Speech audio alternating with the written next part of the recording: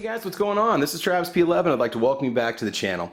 Well guys, we have yet another installment in these budget optics tests. What we're going to do is we're going to be taking the X-Aegis 6 to 24 power by 50 millimeter reticle scope to the range, and we're going to be shooting it with one of the least expensive brands of ammo, types of ammo on the market, 122 grain Tula 762 by 39 ammo, just to see what kind of a group it can produce. Now, sometimes people say, hey, you know, why aren't you running a better grade of ammo if you want to show an accuracy test? The idea here, guys, is to show you what you can expect from some of the least expensive ammo with one of the least expensive scopes on the market with one of the least expensive 762 by 39 rifles. What is the entry-level accuracy that you can expect, knowing it will probably only get better if you improve your glass and ammo? So X-Aegis did contact me and asked me if I wanted to test the scope out, and if you're a fan of the channel, you know we did an unboxing on it. I did use a bubble level to mount the scope, the rings, just to make sure everything's nice and flat, everything is where it's supposed to be. We did put some blue Loctite on all four of the mounting screws so that hopefully they don't move when you shoot the rifle. Now, just real quick, I'm going to borrow a page out of the playbook from 22 Plinkster. I do love his channel. You guys definitely check it out. He does tap these lower priced optics on the top and the sides with the mallet, and when he did it, it did cause some of his rifles to lose zero. I specifically remember the Sonic King test, and after he tapped it on the top and the side, it did lose about a half inch of zero each time he did it. Eventually it was 1 to 2 inches off. So we're going to do the same thing after we get it zeroed in. We'll take our shots, see what kind of group it produces, do some tapping on it, see if it loses any kind of zero at all, and that gives us a good idea as to how much just kind of abuse, how much knocking around a scope like this could take before it loses zero. If the scope works and holds true and keeps it zero, this will probably be the scope that I use for my winter deer hunt that I have coming up here in January. So anyway guys, that's enough chat. Let's go ahead and head on out to the range. We'll just do some shooting at 100 yards and see what kind of accuracy it produces. All right, let's go. Okay guys, we are sitting at 72 degrees with a 15-mile-an-hour steady north wind, 55% humidity, shooting the 122 grain Tula steel case ammo, 762 by 39 at 100 yards. There's the setup. I'm going to do a 3-shot group, and then I'm going to tap the windage and elevation knobs, adjustment knobs, with an 8-ounce steel AMD 63 muzzle brake. I think this will simulate a nice little tapping from a hammer, and we'll see if that affects the accuracy at all, see if it loses its zero. It's zeroed as good as it can be. I can see the barrel pushing a little bit because of the wind. That's just something we got to live with. The whole point is, can the gun keep zero? And I'll talk a little bit about my experiences with this rifle yesterday, because I brought it out here to play around with it, and I'll talk about what happened then. And we'll do a 3-shot group. Let's see what happens, okay? All right, here we go.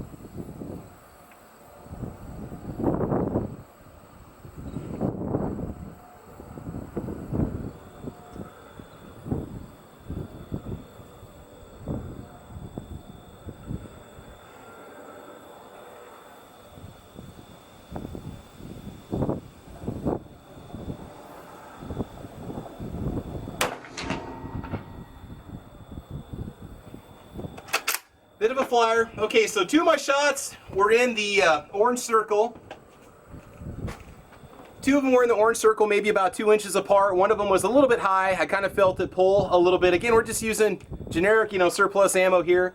And we'll see if the other 3 shots I'm about to shoot pull in any particular direction, because right now it's about as zeroed as good as it possibly can be. All right.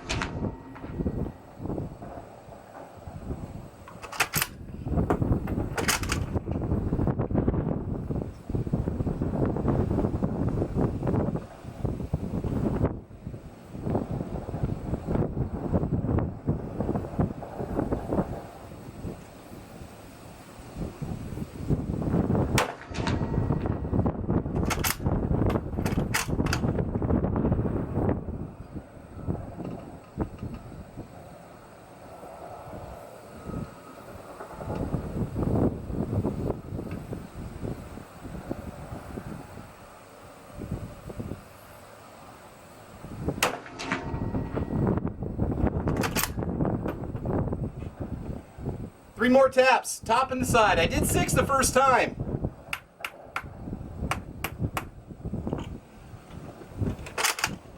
$37 scope.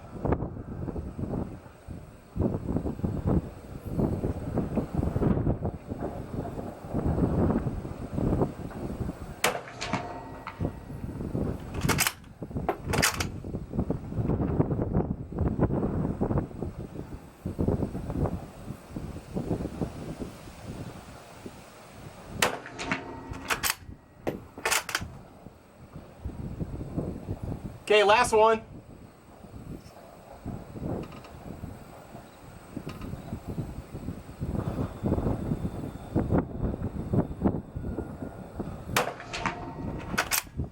All right, let's see how she did. Okay guys, so just checking out my group here. You know, I had that one flyer. My first 2 shots were maybe right here and right here. I don't know, everything is within about a 2-inch group. So I apologize for the wind noise. Worst case scenario, 3.5-inch group. All right, 100 yards with this scope. Best group out of 6 shots, 2 inches, using, again, just inexpensive ammo. Again, I tapped on the scope 6 times top and right on the 2 knobs. Took my 3 shots. I don't think it really mattered. I was just getting more and more used to it. If anything, I might need to adjust the knobs to pull more to the right because we were consistently shooting to the left. But again, this and that magnification, the 6-24 is awesome. I mean, I can see everything clearly, and yeah, so I mean, I'm pretty happy with the group overall. And let's go ahead and just have a few final comments about this scope. Okay guys, so that is it. We're testing the X-Aegis 6-24 power by 50mm reticle rifle scope. And as you can see, I shot a pretty good group with it. I mean, I think with a little bit of practice and patience and some better ammo, you could easily pull off an inch and a half, no problems at all, the 100 yards. You know, for 7.62 by 39, that's not bad. I think we shot a respectable group. It's gonna be good for what I need. I did come out here yesterday. I did some longer distance shooting with it. I just didn't want to mess with the cameras. I didn't want to have to hassle dragging all this stuff out. I just want to come out with the ammo and take some shots. And I had no trouble hitting an 8-inch gong at 200 yards with this, no problem at all. So I think this is going to be the scope that I'm going to use when I do the January deer season here in Nebraska. It's held 0. I put about 25 or 30 rounds through it yesterday. Today I just did, I don't know, 6 or 9 rounds just to get the gun warmed up, make sure we're good to go. And then I took the, whatever, 6 shots, 9 shots that you saw me take on camera and film. And again, the gun still is holding 0, no problems at all. One thing I did before I came out was put a little bit of Loctite on the tops of those bolts like I mentioned before. The mounting bolts have not moved at all. They have not come loose at all. And I'm very happy with this. So if you want an inexpensive scope, say for a kid's first deer rifle, or maybe you just want something you can bang around a little bit and not have to worry about, this is definitely the way to go. So X-Aegis, I'm very happy with the scope. We're gonna keep testing it. If it has problems, if it breaks at all, I'm definitely gonna let you guys know. And hopefully we'll be able to hook you guys up with a discount code on the scope too soon, all right? If not, by the time you guys see this video. So from the Rob Jeffrey Firing Range, this is Travis P11. Guys, if you like what you see, please like or subscribe. A lot more videos coming your way this fall. I'll be uploading a video about every 3 days. And it was a beautiful day today, windy as usual. Like I said, we had about a 15-mile north wind, and it was pushing the barrel a little bit, even in the gun stand, but I'm happy with what it did. I can't complain. But otherwise, guys, check me out on Facebook, Twitter, Instagram, Gunstreamer, UGEtube, guntube.org, of course, and gunchannels.com. Get over there, sign up, get yourself an account. Otherwise, I think that's about it. Like and subscribe. Guys, I want you to have fun. I want you to be safe, and as you know, we will talk to you soon. All right, take care, guys. Have a good one. Bye-bye.